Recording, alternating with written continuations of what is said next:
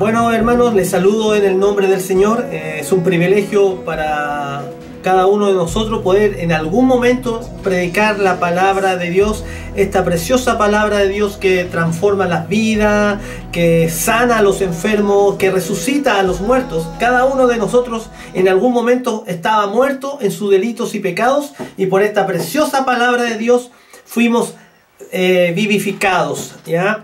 Fue leído en el libro de Daniel, en el capítulo 1, del versículo 1 al 16. He estado yo predicando, esta es una tercera oportunidad de poder hablar acerca de este precioso libro de Daniel. Esta es la tercera parte de un tema que lleva como título ¿Cómo vivir una vida cristiana en estos tiempos? Si hay algo que la iglesia de Cristo, mi hermano, necesita en estos días, son hombres con determinación y coraje.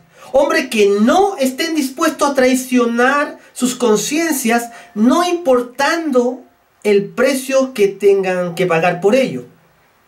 Muchos hoy en día mantienen su rectitud mientras no vaya en contra de sus intereses, ¿ya? Las convicciones no son convicciones si no estamos dispuestos a pagar el precio. Las convicciones no son convicciones si estamos dispuestos a sacrificarlas por la comodidad y la conveniencia. Nosotros en nuestra iglesia cantamos el himno Castillo Fuerte. Este himno fue compuesto por el hermano Martín Lutero. Dice la historia que Martín Lutero iba cantando este himno cuando se dirigía a la dieta de Worms en el año 1521. Y en esa reunión se le pidió que se retractara de todo lo que él había escrito. Y esto sucedió, mi hermano, delante de un grupo inmenso de personas y delante de autoridades monárquicas, civiles y también eclesiásticas. Y delante de todos ellos, Martín Lutero pronunció estas famosas palabras, abre comillas, y dice: si no me convencen con testimonios sacados de las Sagradas Escrituras o con razones evidentes y claras, de manera que quedase convencido y mi conciencia sujeta a esta palabra de Dios, yo no quiero ni puedo retractarme de nada.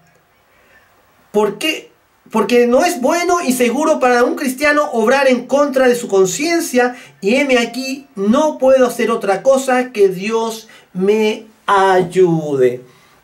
Amén. Cierre de comillas. Eso suena muy fácil para hoy en día, escuchar esas preciosas palabras, esas palabras fuertes que dijo nuestro hermano. ¿Ya? Es muy fácil escucharlo en este día, pero en este momento Lutero estaba... Hay que ponerse en contexto en ese momento. Lutero estaba desafiando a los dos hombres más poderosos de la tierra en aquellos días, que era el emperador y el papa. Y todo simplemente por no violar su conciencia.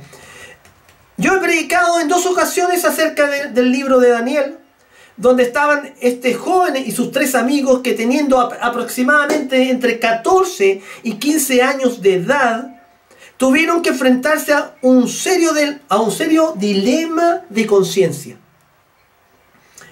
Tan pronto llegaron a Babilonia, a donde ellos llegaron, ¿cierto?, cautivos. Dentro de esta situación tan difícil, supieron mantener su integridad, mi hermano, llegando en ocasiones a poner en riesgo sus propias vidas. Leímos ahí en el libro de... Perdón.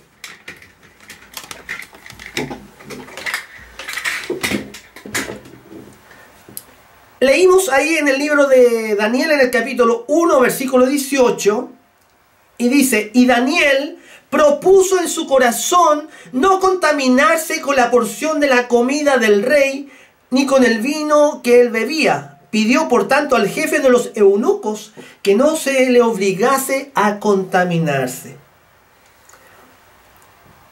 Bueno, esta es la historia que tenemos aquí.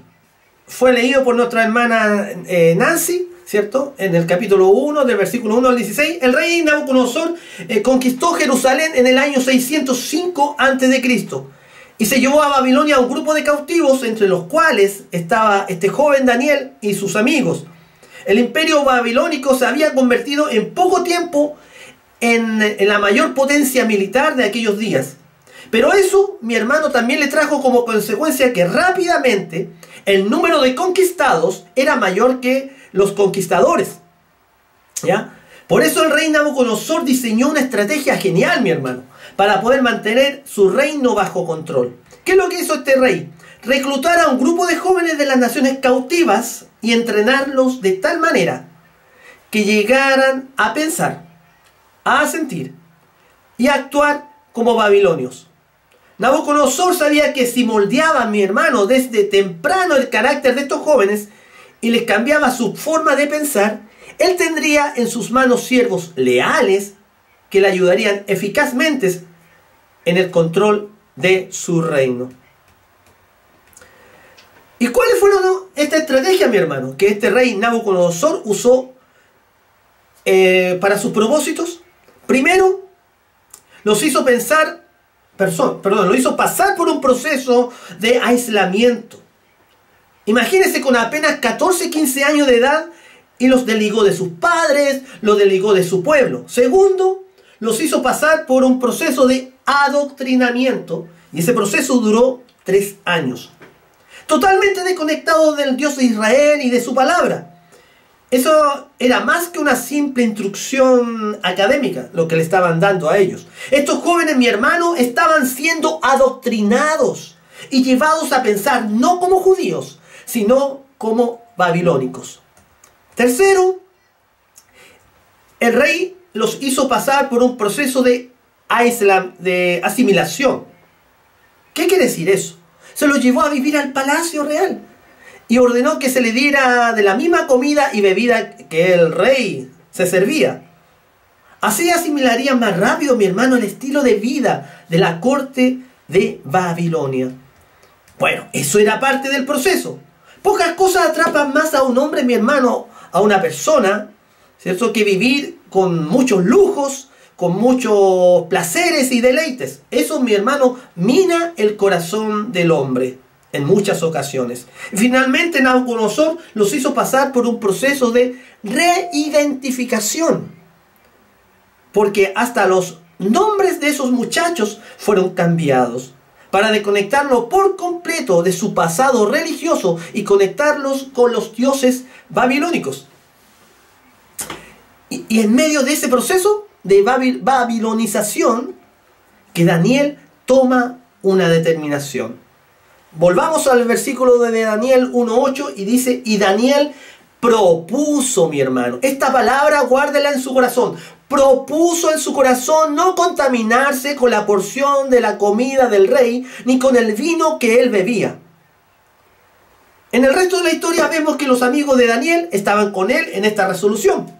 Se unieron ahí, no se quedó solo. Gracias a Dios estos muchachos también lo acompañaron. Ellos también pasaron por ese proceso. Es probable que Daniel haya sido el primero en tomar esta resolución y a lo mejor sus amigos lo siguieron. Eso no lo sabemos.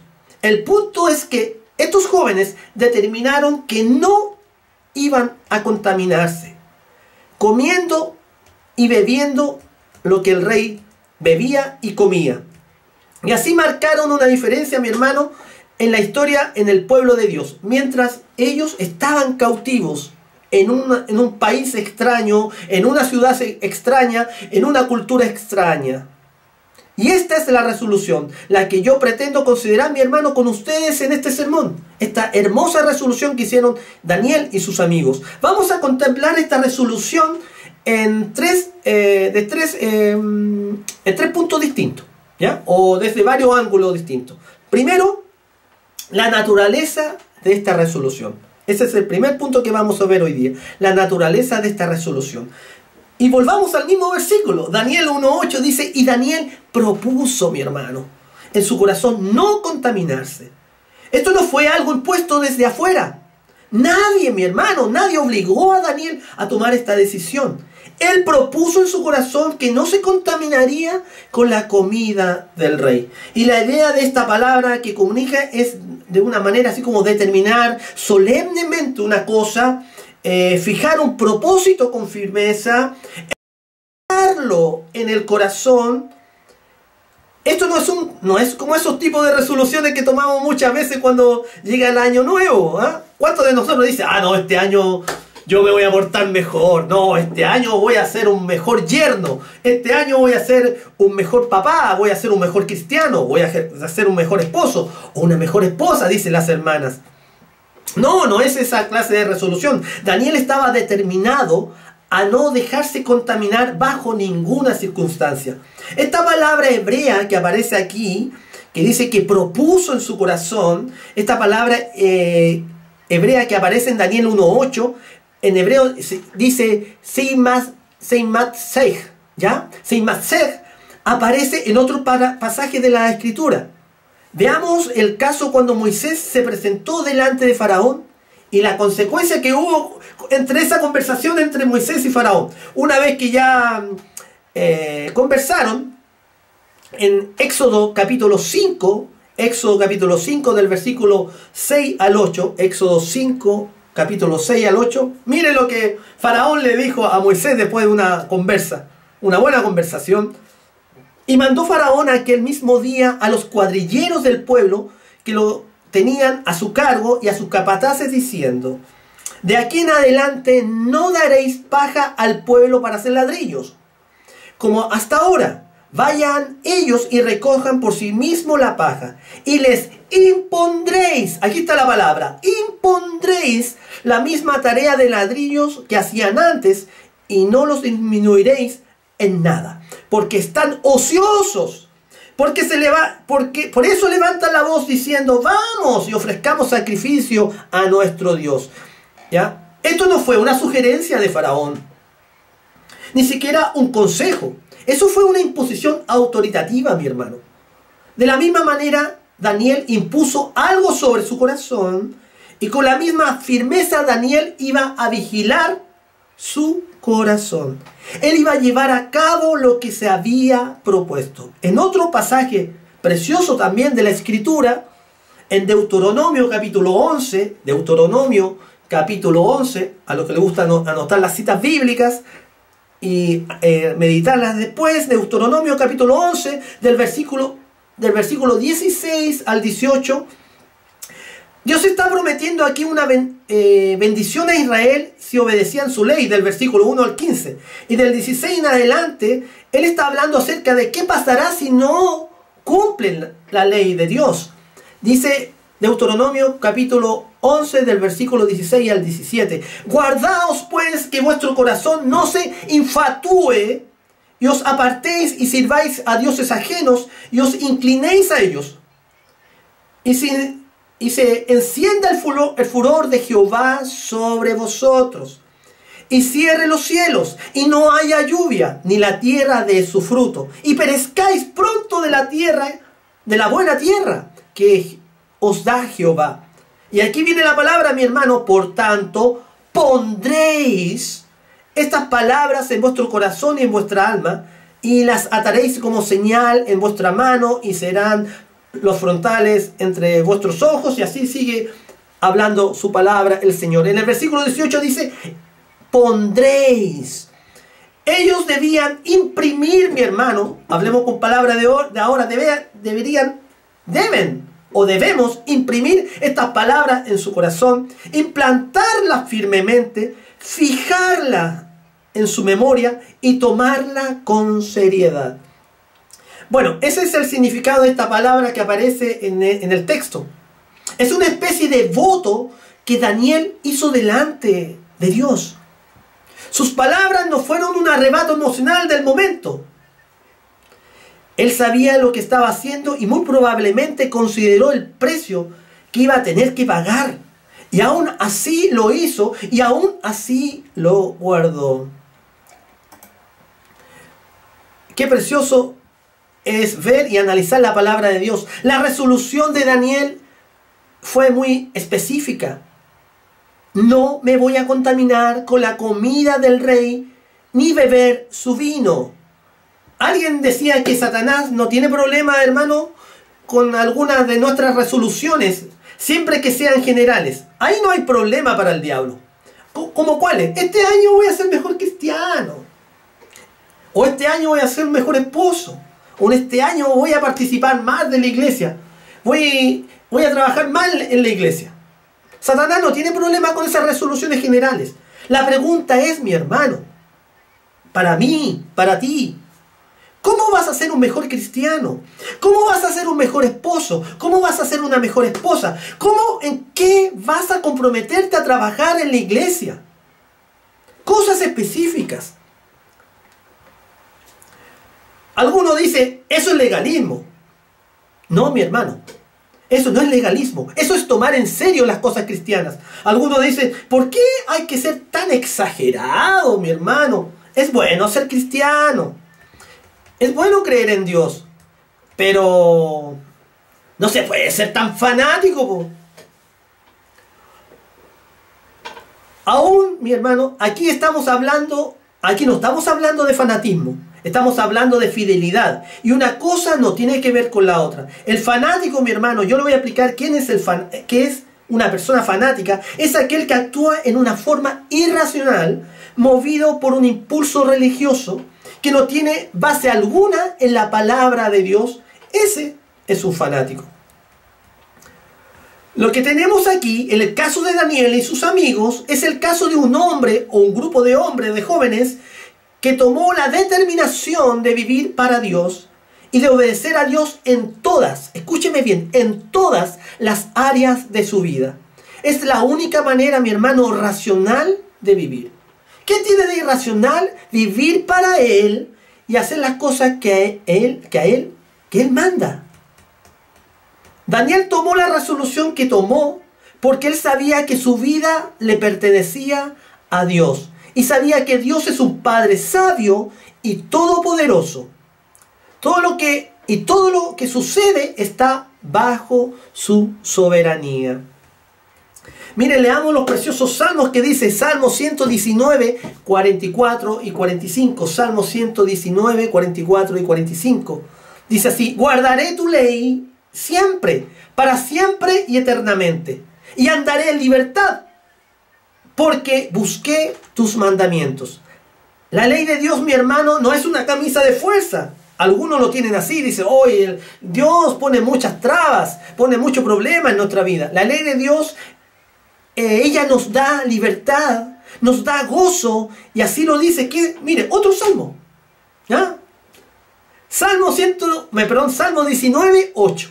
Salmo 19, 8 dice: los mandamientos de Jehová son rectos, que alegran el corazón. El precepto de Jehová es puro, que alumbra los ojos. ¡Qué preciosa palabra! El que no sirve a Dios, mi hermano, le sirve al diablo y no hay alternativa. Hay que amar a Dios con todo el corazón, con toda el alma, con toda la mente y con toda la fuerza.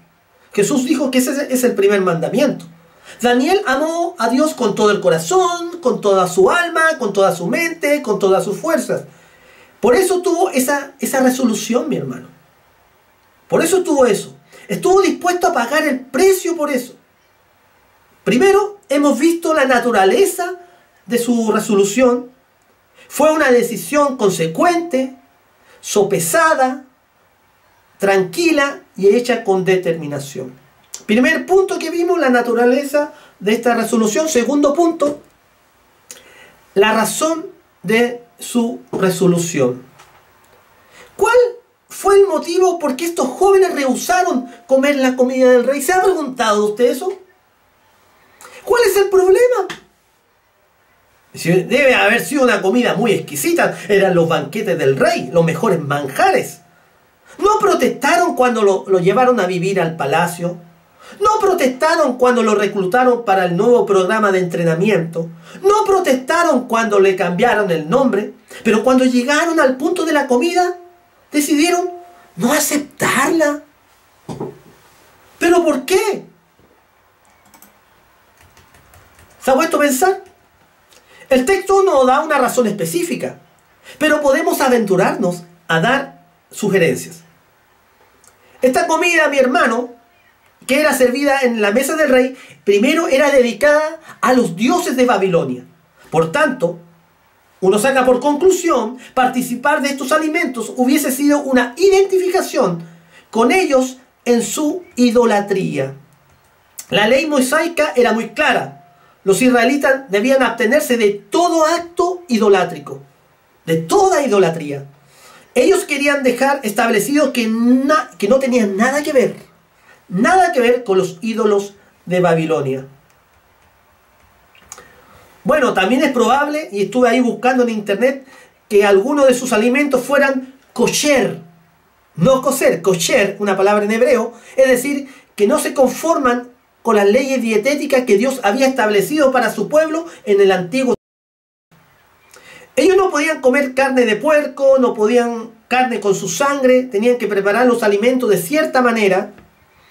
Aunque esta ley no es tan vigente para hoy, mi hermano, el principio que hay detrás sí implica. ¿Y cuál es el principio? Que nosotros debemos beber y comer para la gloria de Dios. Así lo dice 1 Corintios capítulo 10, 1 Corintios capítulo 10, versículo 31. Si pues coméis o bebéis, hacéis otra cosa, hacedlo todo para la gloria de Dios. Ellos debían guardarse de esta seducción que esa comida podía significar para ellos en el contexto en que estaban. Que detrás de todas esas bondades, hoy el rey Nabucodonosor nos invitó al palacio, nos invitó a estar aquí entre medio de toda la high society, ¿cierto? Nabucodonosor estaba tratando de seducirlos, mi hermano, para que bajasen sus estándares morales y llegaran a ser hombres mundanos, acostumbrados a la buena vida, a los placeres, a los deleites. O también, mi hermano, era posible que el rey estaba tratando de hacer que ellos se sintieran obligados con sus nuevos benefactores. Imagínense si usted lo llevan cautivo y una vez cautivo te ponen en un palacio, te ponen la mejor comida, los mejores vestidos, los mejores profesores en la mejor universidad que había en ese momento. ¿Cómo no vas a estar agradecido con el rey? Qué buena persona el rey Nabucodonosor. Tal vez él pensaba que esos jóvenes tenían un precio. Con todos esos regalos estaba tratando de comprar, ¿sabe qué? Sus almas. Daniel dijo: yo no voy a ser babilonizado. ¿Me quieren entrenar? Que me entrenen. Y eso lo voy a usar para la gloria de Dios, para el servicio de nuestro Señor. ¿Me quieren cambiar el nombre? No hay problema. Llámeme como tú quieras. Pónganme el nombre que quieran. No por eso voy a transgredir los mandamientos de Dios. Estos jóvenes adolescentes fijaron un límite, mi hermano, y una línea de separación. Si no hay un asunto moral por medio, ¿cierto? Si no hay un asunto moral por medio, podemos considerarlo, dice, ¿ya? Podemos considerarlo, ¿sí? Si no hay un asunto moral por medio. Estos jóvenes, ¿cierto? Pero sí tenemos, si hay algo, ¿cierto? Pero si tenemos que violar la ley de Dios, no hay nada más que hablar. Y eso está fuera de discusión. Imagínense estos jóvenes cenando legumbres, mi hermano, mientras que los demás jóvenes comían carne y todo tipo de alimentos, y mirándolos a ellos como tipos raros dirían: oye, nosotros estamos comiendo toda esta carne, hermosa carne, los mejores manjares, y ellos, mira, están comiendo legumbres. Estos cabros, ¿qué les pasará? ¡Qué raros son! Como unos extremistas, insufribles, y seguramente se burlaban de ellos. Pero eso, lo que estaban haciendo estos jóvenes hebreos, necesitaba mucho coraje, mi hermano. Mucha pachorra, como decimos nosotros. Sus padres no se encontraban ahí para vigilarlos. Oye, cuidado cuando vayas a tal lugar, ¿eh? Compórtate. Compórtate con tus amigos, decimos muchas veces nosotros, los padres. No había ni un hermano de la iglesia cerca para que estuviera controlando a los niñitos.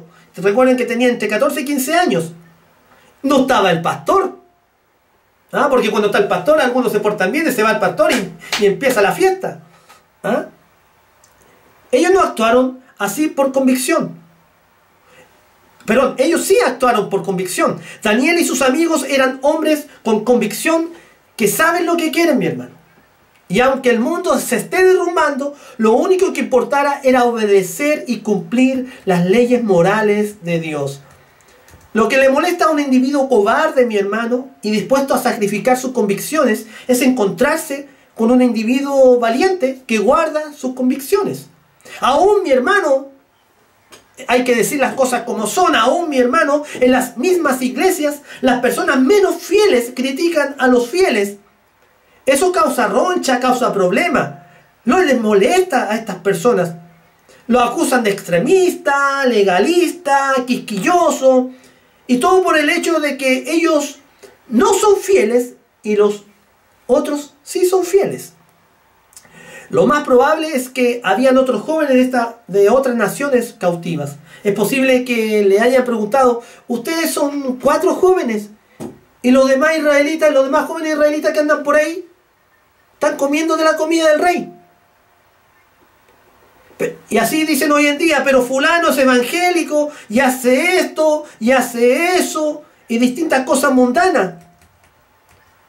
Todos los días, mi hermano, me imagino que ellos tenían problemas por esta comida. Pero ellos permanecieron firmes en su determinación hasta el fin.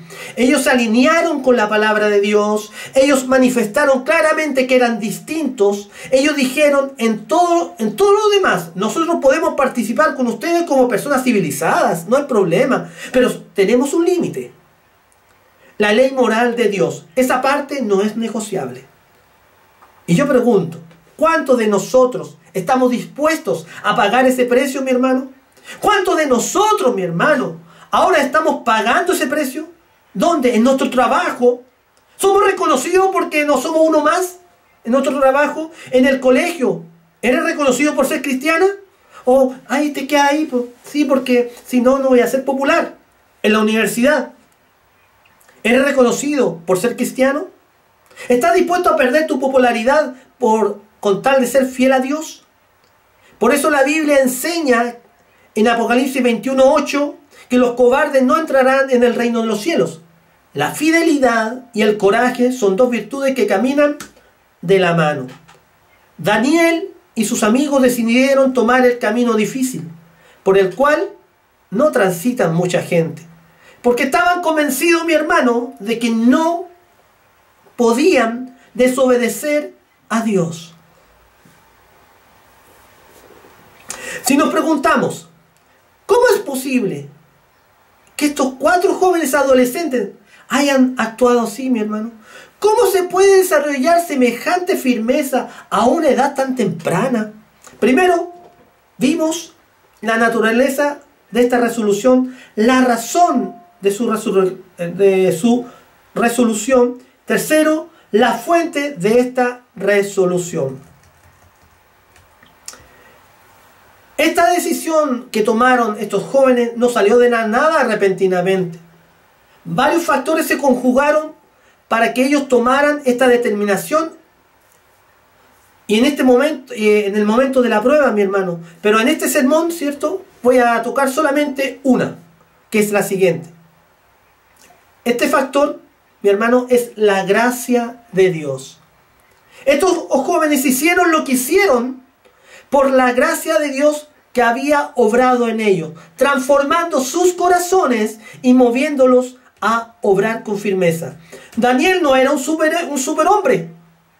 Era un pecador redimido por la gracia, y por su misma gracia fue capacitado por Dios para obedecerle y serle fiel. Miren lo que dice Primera de Corintios 15:10. Pero por gracia pero por gracia de Dios soy lo que soy, y su gracia no ha sido en vano para conmigo. Aquí está hablando el apóstol Pablo. El apóstol Pablo dice: yo no soy un superhéroe, no me adoren a mí, porque todo lo que yo he hecho es solo por la pura gracia de Dios. Nadie tiene la capacidad por sí mismo de ser fiel a Dios, mi hermano. Mire lo que dice el libro de Juan capítulo 15, versículo 5. Juan 15:5.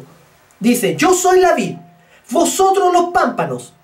El que permanece en mí y yo en él, este lleva muchos frutos, porque separado de mí nada podéis hacer. Separado del Señor, usted nada puede hacer. No, que yo tengo problema aquí, yo lo voy a enfrentar solo porque yo soy joven, porque yo soy adulto, tengo dinero, tengo trabajo y yo voy a salir adelante con mi propia fuerza. No, mi hermano. Separado del Señor, nada vas a poder hacer. Mire lo que dice Filipenses capítulo 2, versículo 13. Filipenses capítulo 2, versículo 13. Porque Dios es el que en vosotros produce así el querer como el hacer por su buena voluntad. Por tanto, mi hermano, cuando somos fieles y obedecemos a Dios, tenemos que decir, a Él sea la gloria. A Él sea la gloria. ¿Usted es fiel al Señor? No, que mira, ¿sabes que a mí me enseñó un buen pastor a ser fiel al Señor? No, mi hermano, eso viene del Señor. ¿Usted quiere ser fiel a Dios? ¿Quiere ser fuerte en el Señor? Eso proviene de Dios, leyendo su palabra, creyendo a su palabra, predicando su palabra, guardando su palabra. Y cuando usted cometa un pecado, se tropiece en su vida, la palabra pecado nunca tiene que borrarse de su mente, que usted es un pecador. Y la palabra más importante tiene que ser arrepentimiento. Siempre arrepentirse de sus pecados. ¿Y qué es? Esta pregunta es para los juveniles que están viendo ahí el libro de Pura Gracia, ¿cierto? Que está dando nuestra hermana Cristina Vargas. ¿Y qué es la gracia? Conocemos que la gracia, comúnmente decimos, es el favor no merecido.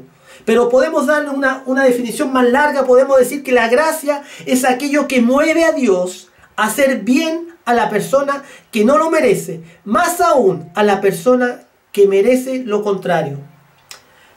Si usted tiene un problema con alguien le hizo una maldad a usted, y usted se enoja. Listo, se enojó.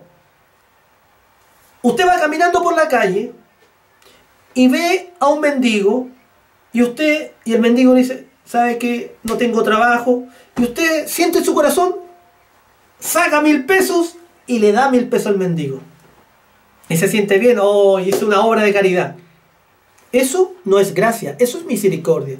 Pero gracia sería que viene ese mendigo, que usted ya conoce a ese mendigo y ese mendigo me ha hecho tantas cosas en mi vida y ya no soporto a esa persona, y esa persona viene a ti y dice, ¿sabes qué? No tengo dinero para nada. Si tú sacas tus 1000 pesos y se lo das, eso es gracia. Un favor que ni por ni un lado se lo merecía, pero usted se lo dio. Eso es la gracia de Dios para con nosotros. Dios derramó su gracia para con nosotros cuando nosotros no merecíamos nada, mi hermano. Nuestras mejores cosas, las cosas más preciosas que podemos hacer delante de Dios son trapos de inmundicia. Dice Efesios 2:8. Efesios 2:8. Porque por gracia sois salvos por medio de la fe, y esto no de vosotros, esto no depende de ti, pues es un don de Dios, es un regalo de Dios. Esa misma gracia que nos salva también está a nuestra disposición hoy en día. Esta gracia que nos salva también está a disposición de todo hoy en día, ¿ya?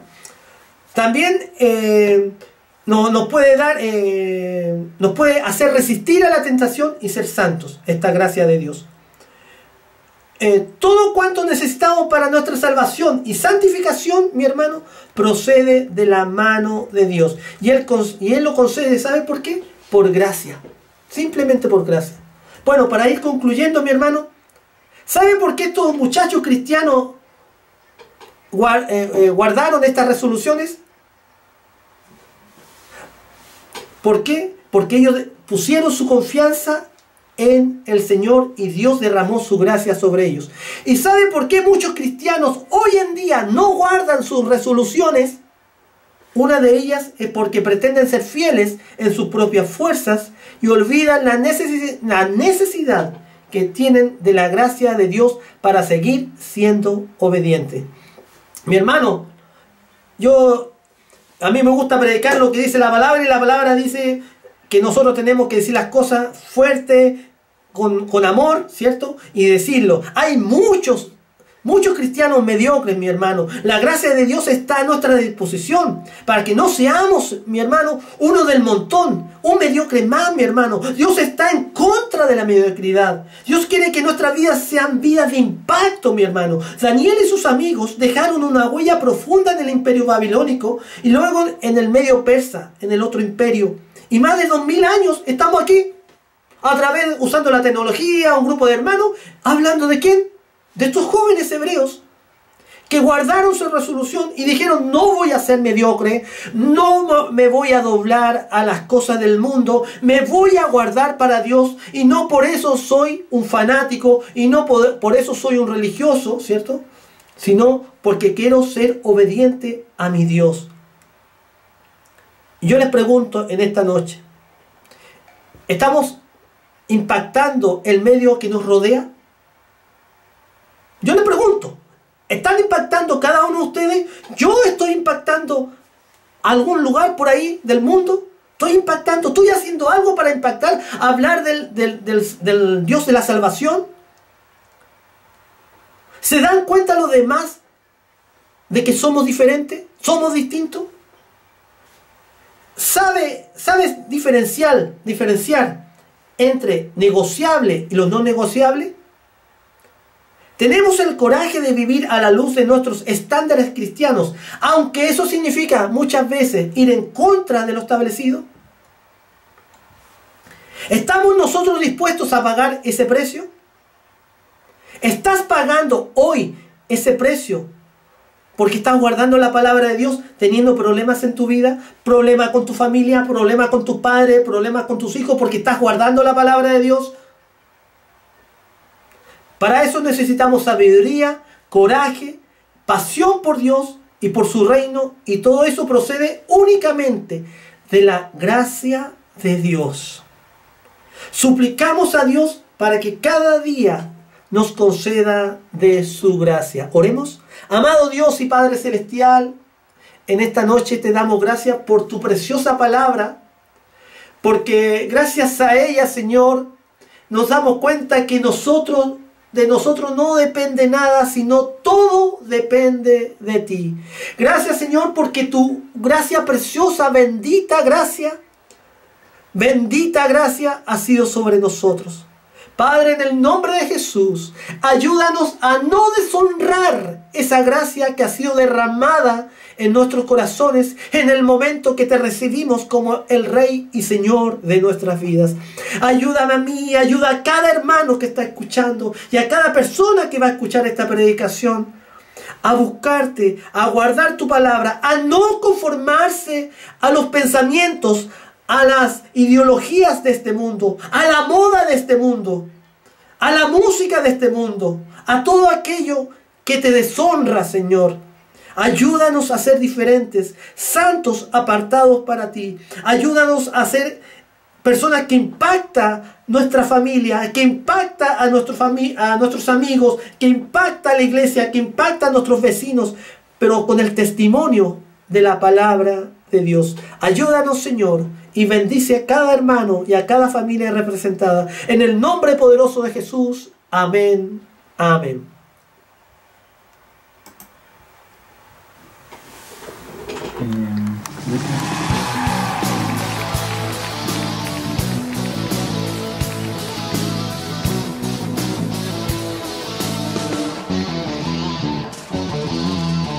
Somos el ejército de Dios, listos en una guerra espiritual, con armas poderosas de luz contra las fuerzas del mal.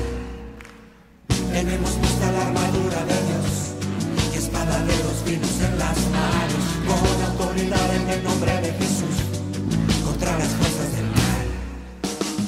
Somos el ejército de Dios, listos en una guerra espiritual, con armas poderosas de luz contra las fuerzas del mal. Tenemos puesta la armadura de Dios y espada de dos filos en las manos, con